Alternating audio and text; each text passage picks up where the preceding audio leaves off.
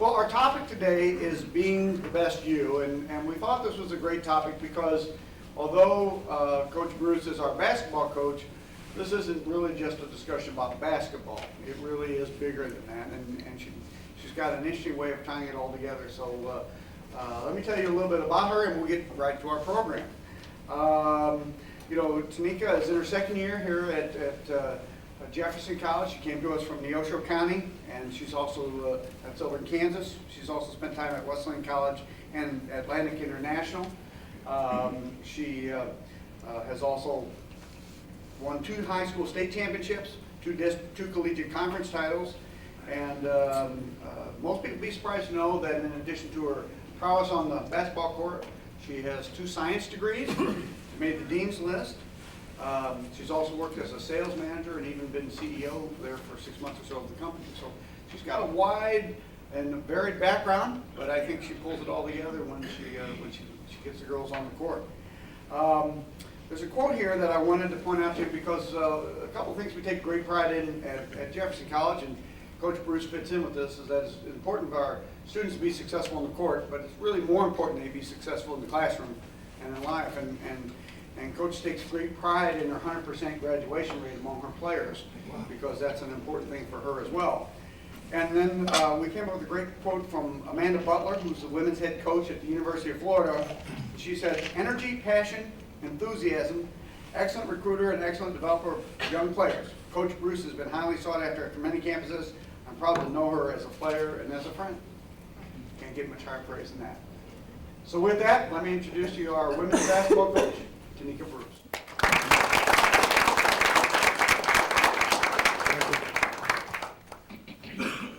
Okay, I think they gave me about an hour to speak, and my players are probably hoping and praying that it's only about 20 minutes because I think they get this every day. I want to say thank you to Dr. C and Terry and for inviting me to speak, and also to all of you for taking the time out to come and hear. Hopefully we have some good things to say. And right now is the time I'm supposed to stand on top of the podium and tell you that college athletics is perfect and our players are perfect. They never get in trouble. And their grades are exceptional and they're going to always have perfect games. But I'm not going to really waste your time telling you things that really just kind of defy common sense because we have some bad days as well. And our players get overwhelmed with classwork, our schedules, and demands that we put upon them as coaches, which is no different than I think that some of us in the room have to deal with, whether it's family issues or dealing with impossible coworkers or kids or grandkids and things like that. And so I'd like to kind of start off something a little bit realistic and show you one of our bad days. And I'm not sure if many of you have had a chance to come out, but this is our team in the white. Here we go. We just kind of turned the ball over and threw it to the stands. We let a player just score on us, and then we just gave it right back to him. And then they just scored 2 points. Here we are here. We just let them score a basket. Then we get a rebound, and we just throw it right back to them.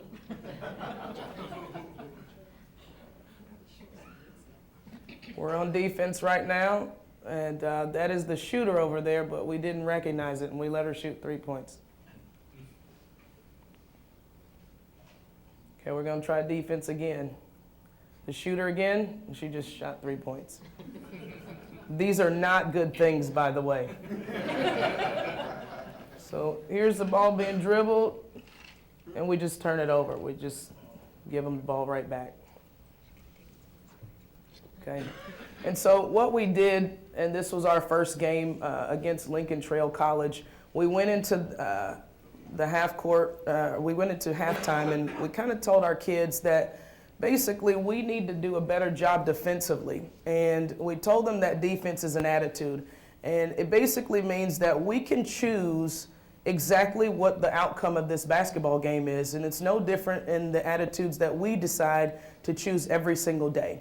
And we ask them to step outside of your comfort zones and really just dig deep and play your best game. And coincidentally, our 6'5" post player went out and had 2 points in the first half. And I don't know if it had anything to do with me telling her that when we go to Atlanta and her mom cooks Thanksgiving dinner for us, that she was going to be left here in Hillsboro, or if it was the fact that she actually listened to me stepping outside of her comfort zone. But she went out and scored 12 points and get 10 rebounds that second half. But here's some good things. Here we are. We got a great defensive effort. We just got a steal. Got another steal here. And 2 points. We get a defensive stop here. Great defense. Then we have good teamwork and we pass it ahead and get another 2 points.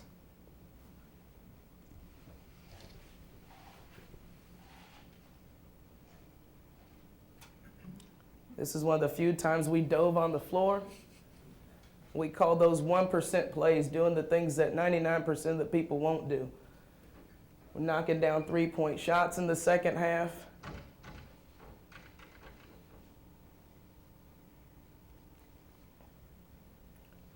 Got a rebound and a putback. Here's another play. That's Simone running the lane, sprinting, and getting 2 of her 12 points in the second half. LaQuinta Jefferson, I think she ended up shooting 5 for 6 from the 3-point line that night, so she got excited. There's another 3-point play there. So bounce back a little bit, I think, in the second half. And with that being said, sometimes our players just kind of need a little bit of reminding of what our goals and what our mission is and what we're trying to accomplish on our team. And it's no different than an employee or business owner or just a community leader. Sometimes we have to be reminded of why we're here and be reminded that everything that we do represents not only ourselves, but our team, our families, our community. And what I ask the kids to do is take a look inside of their windows. And what does that mean? And if you imagine your home or your apartment or wherever you live, we ask them that if you take a snapshot of any particular room in your house, whether it's your living room or whether it's your master bedroom or whether it's your kitchen, and somebody were to look inside of those windows, what would they see? Windows meaning areas of your life, and are they taking a snapshot? What do they see when they look in? Do they see, someone with passion and energy? Do they see someone that pays attention to detail? Do they see what I often say, greatness in the great room? And do you have that plastic over the furniture in the great room, but you've got shades up and you've got Band-Aids in the other rooms and the areas like, please don't look here, okay?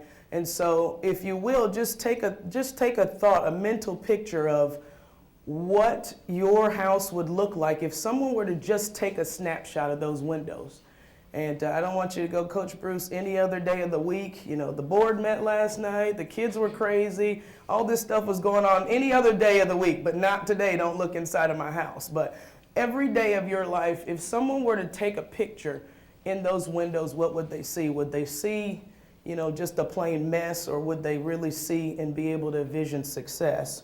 And so the question is, will they see somebody that's successful? Will they see something that we can basically say that represents our entire program and our community?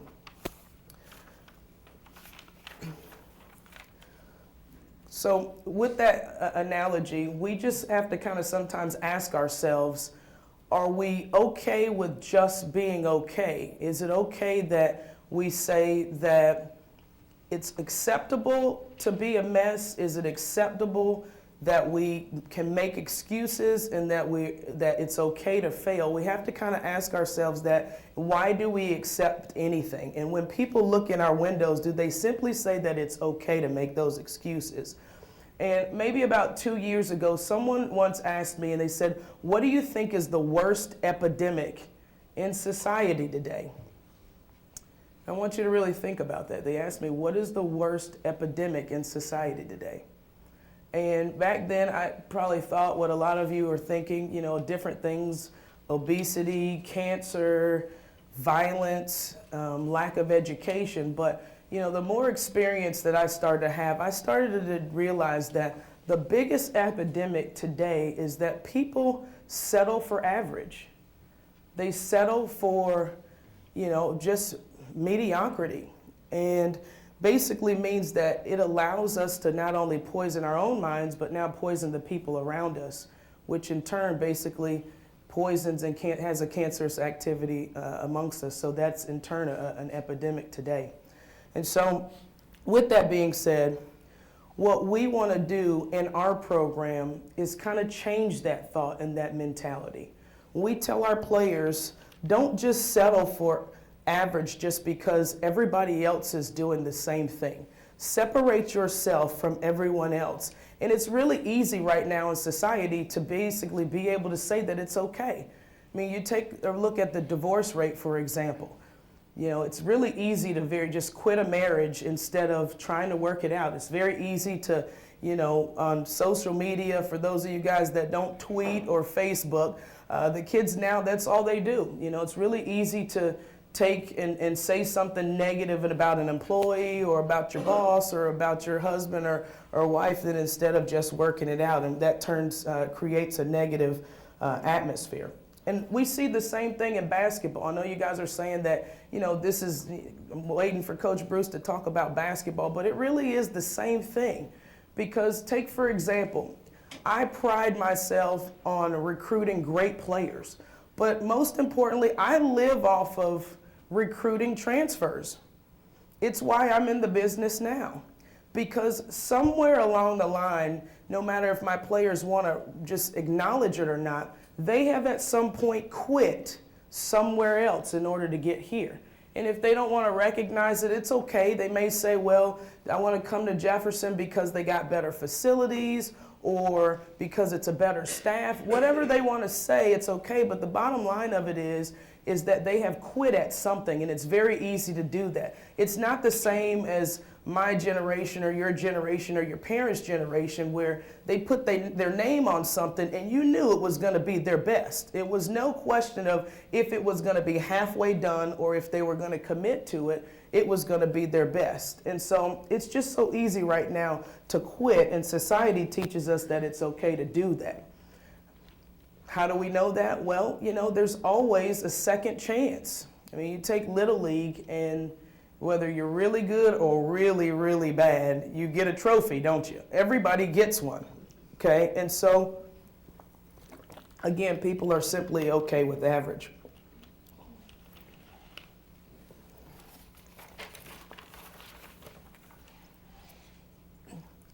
So, again, what is it that we're trying to do? We tell our student athletes that it's just simply not okay to not give your best.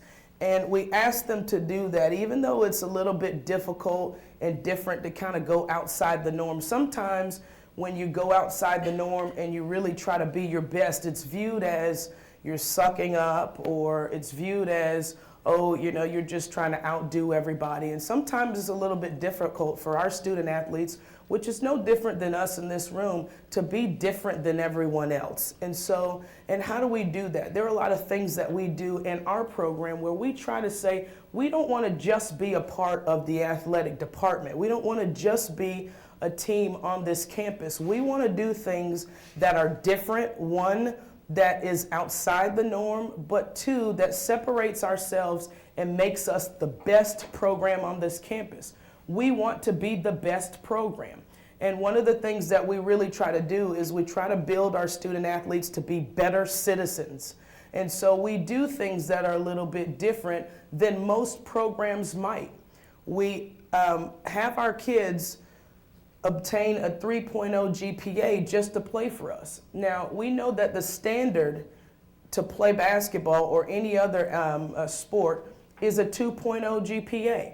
And so, and to ask a crazy coach to ask a 3.0, and we got to balance all of this other stuff too, I know that I can't expect our players to dive on the floor when they're exhausted or shake an opposing coach's hand if we happen to lose the game and look them in the eye, if they can't even hold their own self to a higher standard, which starts at their academics.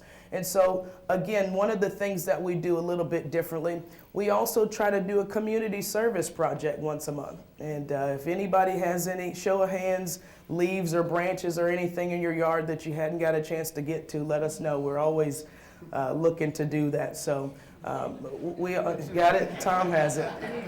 So we also try to attend a church service once a month, which is a little bit different. Also ask our kids to sit in the first 2 rows of their school or of their classes and turn in their work early, which is a little bit difficult when you talk about the demands that our players have on a daily basis. And so, again, all of that is just about creating excellence within our program. And so I want to kind of give you the quote that I really go back to with our players, and they're probably tired of hearing it, is that you are what you continually do. Excellence is a habit. And with that being said, again, we can't have that mentality of excellence if we continue to strive for just being average and being on the same level that everybody else is. Okay?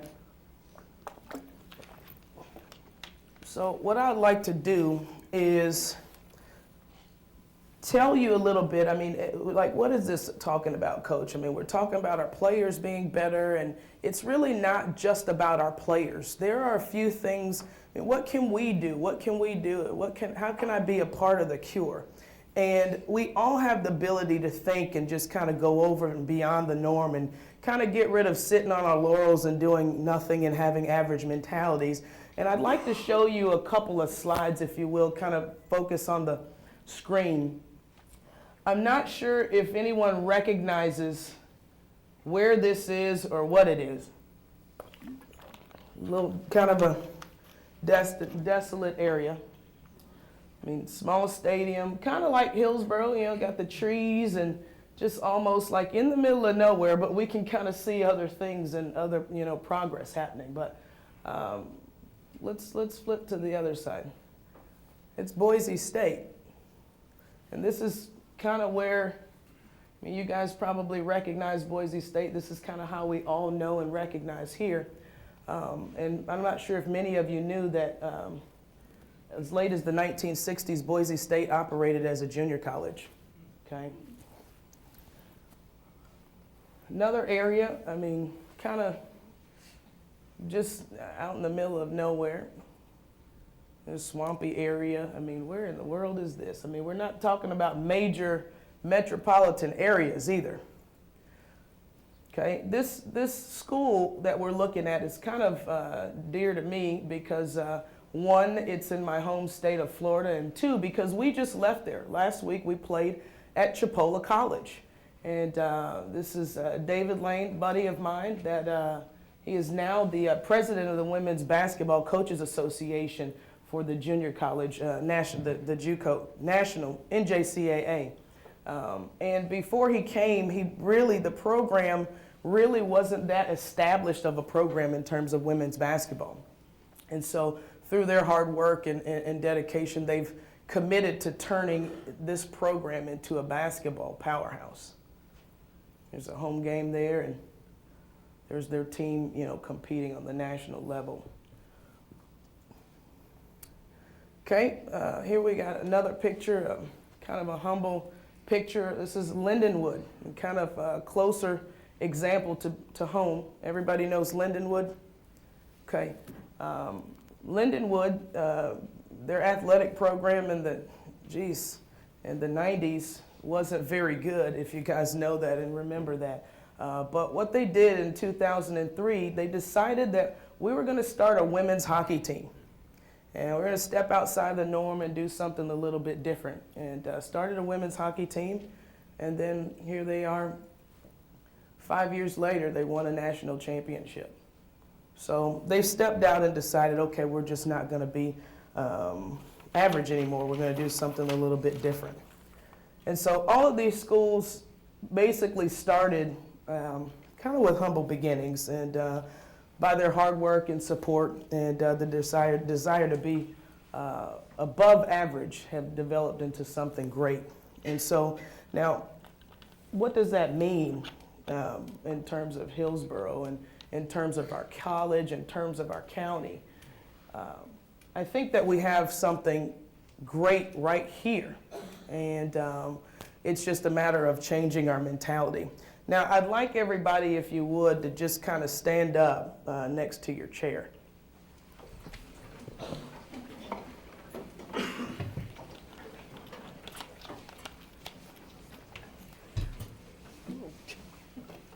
I want you to close your eyes for a minute, and I want you to imagine Jefferson College, imagine Hillsborough, imagine Jefferson County, and imagine it as a future hotbed of national basketball interest and publicity.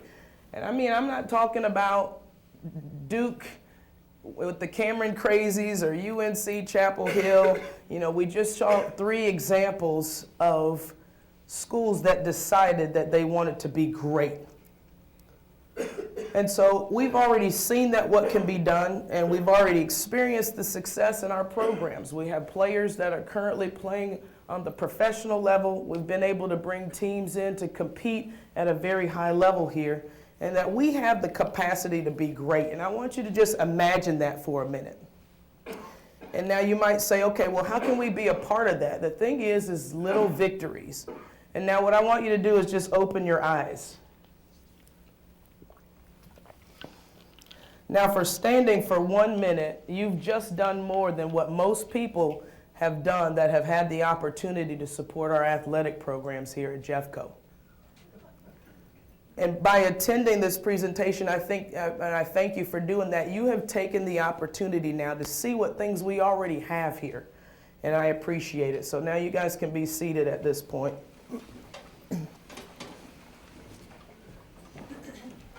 And you might say, well, this is Jefferson College. It's different from all of those other schools. And I want to give you a quote, T. Allen Armstrong. It says, champions do not become champions when they win the event, but in the hours, weeks, months, and years that they spend preparing for it. The victorious performance itself is merely the demonstration of their championship character.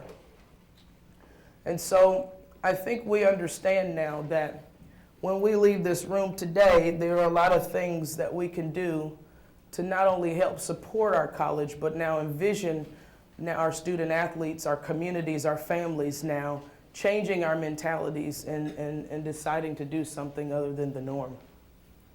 Now let's talk about why people might not be giving their best. And it says reasons for the best you. Lack of respect for yourself or others. If you don't respect yourself, it's going to be pretty difficult to respect other people and their visions and missions and our college's mission. Lack of clear goal or purpose. Desire to avoid a responsibility. Yeah, I don't want to do that. You know, that's somebody else's job. I just don't even want to think that way. It's not my job to do it. Anybody ever hear that? I'm just not going to do it because it's not my job, right? Fear of failure. And I heard a quote once that says, the fear of failure is greater than the desire to gain. And I think that's so true. I think that sometimes we get caught in situations where we get nervous sometimes about really being in positions of greatness. Now let's kind of talk about some symptoms of mediocrity. Lack of desire. You know what? I'm just too tired. I'd rather just, sit on the couch and watch football. Really it's not that major. Lack of communication.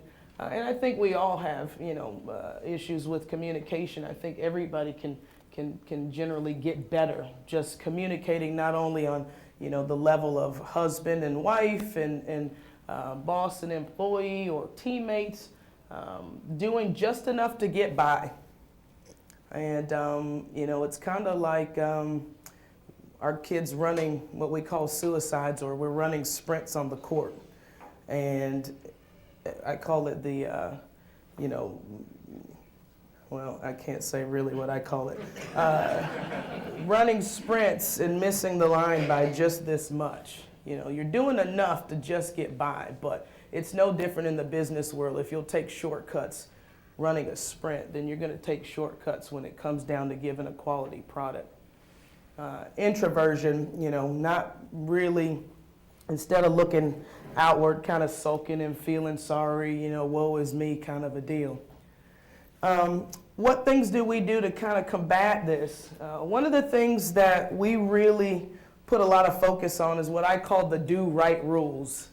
And I don't know how they got that picture of me fussing at somebody on the screen, but the do right rules, and I'll just go over a couple of them. I have a few favorites. The one that I have the most opportunity to work on is handle success like you handle failure. And I say that because if anybody knows me, you know that I like to win, but I hate to lose even more, right? So that's one I've got to work on. But my favorite is relentlessly pursue excellence. And that's my favorite because I think that if you really live by that, it's very, very hard to fall short of anything that you're trying to do in your life. The next one is to learn to be a great communicator. And I think that today, especially with our players and the people in our generation, we're just talking about being average, but how easy is it for you to send a text message instead of picking up the phone to call someone? And I get a laugh out of my grandmother actually texts me, and I'm like, what in the world? My grandma's texting me. So we know that times are changing now when my grandmother, anybody text their grandkids in here? You text? Okay. So again, learn to be a great communicator. Also, make winning an attitude. And I think that, and again, and that's one thing that's on the board, and it's really something that we try to tell our kids, not just make it an attitude, but it should also be a lifestyle. And I think we go back to talking about windows. What is it that people see when they look inside of your windows? You know, do they see someone that's successful, or do they see someone that's, again, putting the shades up or putting a Band-Aid on everything, trying to cover it up? So what is it? Why do we use these things? You know, we're not talking really about basketball, or are we? I think you realize, though, that basketball is just the vehicle. You know, what is it that we're trying to do here? We're trying to make great citizens, and we're trying to make great students. And with that being said, you know, we're very proud. Last year we had 8 sophomores and graduated those 8 sophomores. So really excited about that. I think Dr. C had mentioned that we have that 100% graduation rate. Also proud that we had 9 scholar athletes, and we're the academic team of the year, and so we were really excited about that. 2 of our kids got national academic recognition, and so again, with all of that, we also managed to have a 22-11 season, so not too shabby of a deal. And so fortunately, we're seeing that our success is carrying over to the other areas. Okay, this team that we have this season, tell you a little bit about them so I can go ahead and sit down. We've got a great group of young ladies that we're really excited about. Our players didn't know it, and I didn't want to tell them, but I guess I need to let you know that we got ranked 10th in the coaches poll and 18th nationally this week. So doing a pretty good job so far, I think, this year. We have a couple of players that we are really excited about on the season and really hope that you guys come out and watch us. But we have a couple of young ladies. We have a University of Auburn transfer, Nicole Thomas. You'll kind of know her and recognize her because she looks like a big football fullback on the floor. And we have another young lady, LaQuinta Jefferson. She's signed with University of Kentucky out of high school. She's the #2 junior college player in the country, and she's not shy about shooting the ball, if you remember up there on the screen. We have a few other players that are most of our team. We have a lot of freshmen. I can't keep figuring out why I have so many freshmen. They're great one day and then terrible the next day, and so that's just kind of the way of the world, I guess. But I'll introduce a couple of the players here in a little bit, but we have a couple players that we're excited about. Raven Brooks, she's a 6-foot forward from San Ramon, California, so we got her all the way from California. Marlisa Braxton, she's a guard, and she plays, and she's from out Detroit, Michigan. Also, Mary Kate Gardler is from Philadelphia, Pennsylvania, and we also have Makia Baez from San Antonio, Texas, another Texas player. We have LaShonda Littleton, 6'2" forward, and she's also not shy about shooting the basketball. So with that being said, we really need to have your support and allowing our student athletes to continue to strive for excellence in the class and the community. And we need to see you in the stands. And so actually on Monday we play 6 o'clock. It's faculty and staff night, and we definitely want to see everybody out. But lastly, we want to ask everybody if they could just look inwardly and just become the best you.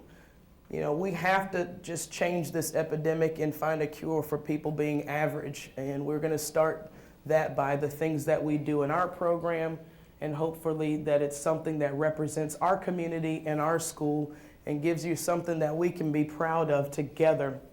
And then we ask that let's just see success together. And when someone asks again what's in our window, we're able to take any representation on our team and say these athletes and student athletes represent our program, represent our family and our community. With that being said, I'm going to sit down. I'm going to introduce a couple of our players and ask them to come up. And then you guys can get a chance to kind of visit with them and ask them some questions and really get heavy on the questions if you want to do that. I don't think any of them are shy.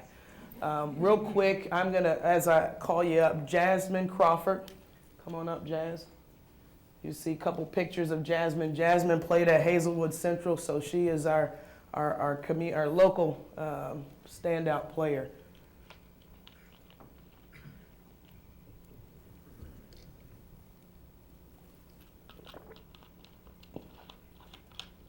Jazz is probably our smallest player on our team, but probably the scrappiest and feistiest player on our team. And we'll show a couple clips of Jazz, and I don't think she's shy about shooting the ball either. There she is crossing someone over and going to the basket. She can play a little defense too, and that's some hustle. She dives on the floor, then they actually call a timeout.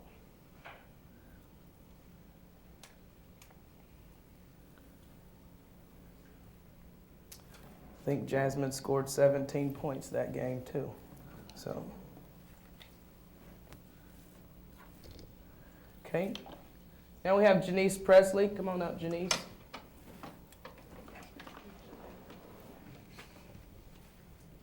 Janice earned our highest freshman GPA last year. And she thinks I brought her back this year because I liked her, but it's the fact that she gives me great grades and a great attitude. Janice is also a member of Phi Theta Kappa. This year she got inducted, and that was really a proud moment for me as a coach, so that was exciting for us. Now we have Bonnie Durrett. Well, let's kind of see some clips of Janice real quick. There she is pulling down a rebound over 3 people. And now scoring over 2 or 3 people. So she's not too afraid of shooting the ball either. Bonnie Durrett, she is from Paducah, Kentucky. And for those of you guys that don't know where that is, feel free to ask her, but I hear they have some kind of quilting festival every year, if that helps. Here's Bonnie. We're really excited about what Bonnie can do. She is our player that's going to do all the little things and is going to do all the grimy things that everybody doesn't want to do. Here she is pulling down a rebound. Here's Bonnie, and this clip is actually pretty nice. She's setting 2 screens here. She's doing all the little things. And then I think she ended up even coming up with the rebound, pushing people over and then throwing it off the opposing team. Lastly, we have Simone Johnson. Simone does not like to be called big, So I'm here to tell you that 6'5" is the new little. Simone is from Atlanta, Georgia.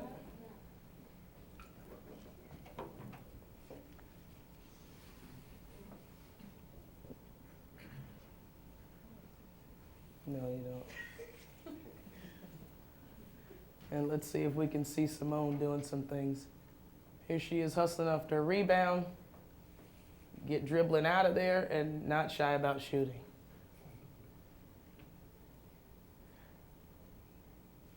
Here she gets a rebound over two people and just towers over them.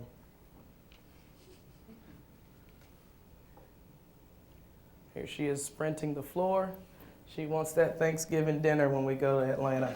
Well, I appreciate your time, everybody. Well, one more question. Could you go back to the slide that started with relentlessly pursue excellence? Actually, they probably can tell you all of them if you want to talk to them after this deal. We'll let them come over, but yeah, we can do that. Well, thank you, everybody, for coming. I appreciate your time, and we definitely look forward to seeing you in the stands. Thank you.